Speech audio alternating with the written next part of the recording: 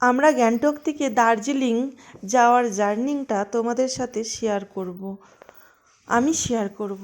তো এই যে দেখো, এখানেই বন্যা হয়েছিল, তিস্তা নদীর বাঁধ ভেঙে গেছিলো এই জায়গাটা, তার জন্য এই রকম এখানের নাকি অনেক ঘরবাড়ি ক্ষতি হয়ে গেছিলো, তো অনেক মানুষও নাকি মারা গিয়েছিল।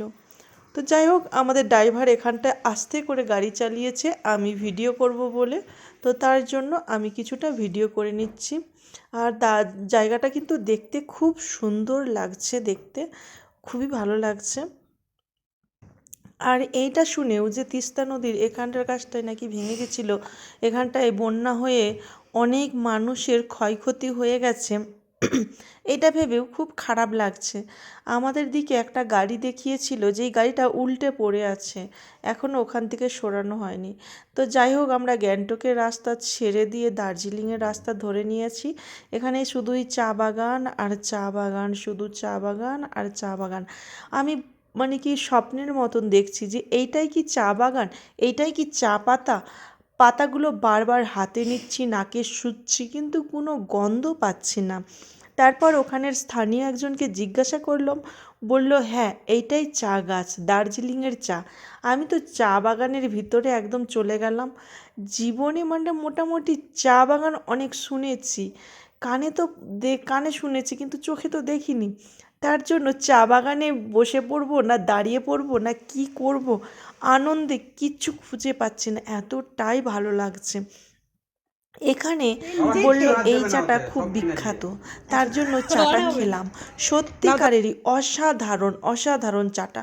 চাটা যে আন্টিটা বানিয়েছে, আমি জিজ্ঞাসা করেছিলাম, বলল শুধু চা পাতা আর তোমার আদা আর আছে চিনি, আর কিছু নয়। তো আমরা দার্জিলিংয়ে এসে হোটেলে রেস্ট টেস্ট নিয়েছি, হোটেলে খাওয়া দাওয়া করেছি। করার পর আমাদের হোটেলে পরে সন্ধ্যাবেলা আমরা ঘুরতে বেরিয়ে পড়েছি। ওই এখানকে এটা কী জায়গাকে ঘুরতে এসেছিলাম, এখন যে গিয়েছিলাম এটা কী জায়গা, ম্যাল গিয়েছিলাম। ম্যালে যেয়ে দেখলাম দারুণ জায়গাটা, খুব সুন্দর। আর কলকাতার ধর্মতলা যেরকম সেরকম ম্যালটা, একদম দেখার মতন ম্যাল বসেছে। আর এখানে এই কুকুরটাকে দেখো, যেন একদম ইন্ডিয়ান, মানে আমাদের যেমন কলকাতায় ল্যাব পাওয়া যায় সেরকম, আমাদের গ্রামে যেরকম ল্যাব পাওয়া যায় সেই ল্যাবের মতন দেখতে, দারুণ দেখতে। আর এখানে এই জায়গাটায় উঠছি, এই জায়গাটায় যে দেখো টিভিটা, বড় করে একটা টিভি চলছে। যাই হোক, আর ফটোশ্যুট করার জন্য এই যে গোল জায়গাটা, ওখানে যে যা পারে ফটোশ্যুট করবে।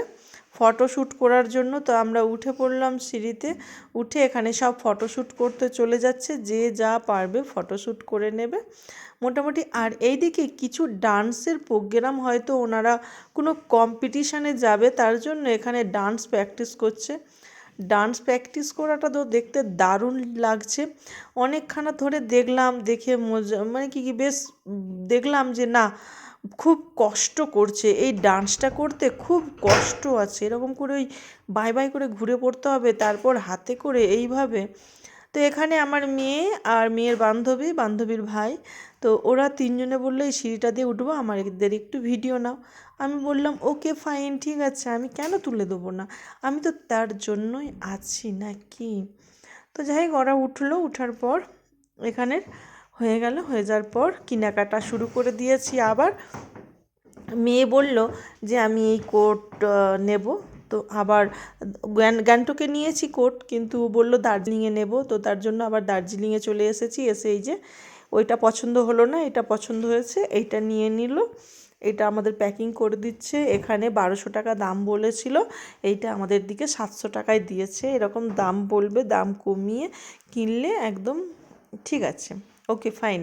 তো নিয়ে নিলাম, নিয়ে পয়সা টয়সা দিয়ে দিলাম, দিয়ে দেওয়ার পর এখানে আর একটা বাচ্চার সোয়েটার কিনছে আমাদের সাথে যারা এসেছে তারা।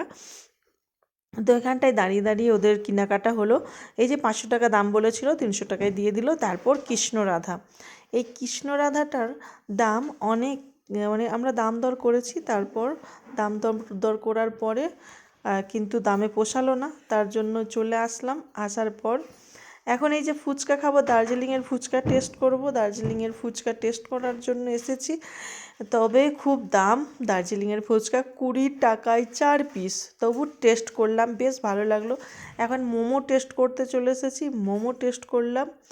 মানে কি বলবো, মোমোগুলো না দারুণ খেতে। গ্যাংটকেও মোমো খেয়েছি, সেখানেও যেমন টেস্ট ছিল, এই দার্জিলিংয়ের মোমোটাও খুব সুন্দর, খুব টেস্ট লাগছে, বেশ ভালো লাগছে, খুব সুন্দর। তো যাই হোক, মোমো খাওয়া হয়ে গেল। মোমো খাওয়া হয়ে যাওয়ার এখানে মোমোটা বেশ লেগেছে। গ্যাংটকে তো খেয়েছি, তার সাথে দার্জিলিংয়ে সত্যি অসাধারণ, কোনো কথা হবে না। এরপর চলে এসলাম হোটেলে। এখন রাত 10:30 বাজে। 10:30টায় আমাদের দিকে এখানে ডিনার দিচ্ছে চিলি চিকেন আর রাইস। তো রাইস আর চিলি চিকেন যে যত পারে খেতে পারো। তো খাবারটা দারুণ, তার সাথে দিয়েছিল পেঁয়াজ আর কাঁচা লঙ্কা। মানে কি বলবো, আমরা জাস্ট মজা করে খেয়েছি, সব কিছুই অসাধারণ ছিল। আর চিকেনের পিসগুলো, মানে চিকেন চিল্লির যে চিলি চিকেনের পিসগুলো বড় বড় ছিল। এখনই আমি এডিট করছি, এখনই আমার আবার জিভে জল চলে এসছে, আবার খিদা পেয়ে যাচ্ছে। তাহলে বন্ধুরা, আজকের মতন বিদায় নিচ্ছি। সবাই ভালো থেকো, সুস্থ থেকো, সাবধানে থেকো। পারলে দার্জিলিং গ্যাংটক ঘুরতে আসো। Tata, bye bye.